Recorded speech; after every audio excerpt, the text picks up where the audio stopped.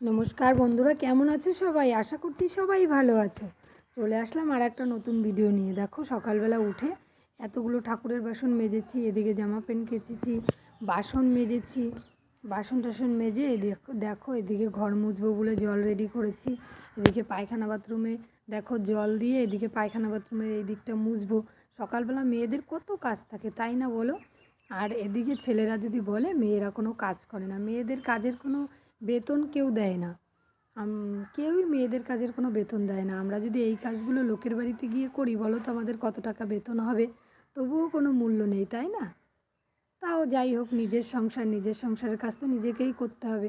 দেখো, এই কলটা একটু পরিষ্কার করে নিচ্ছি। দেখো, আমার এই কলের জায়গাটা না, যেখান থেকে জল যায় সেখানটা একটু নিচু, উঁচু, ওর জন্যই না জলটা যায় না, আমাকে এই ঝাড় দিয়ে এই করতে হয়।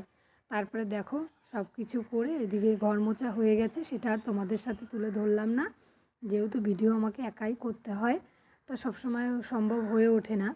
তারপরে দেখো, সব ঘরটার মুছে, এই যে সব ঘরটার মোছা হয়ে গেছে, তারপর তোমাদের দেখালাম।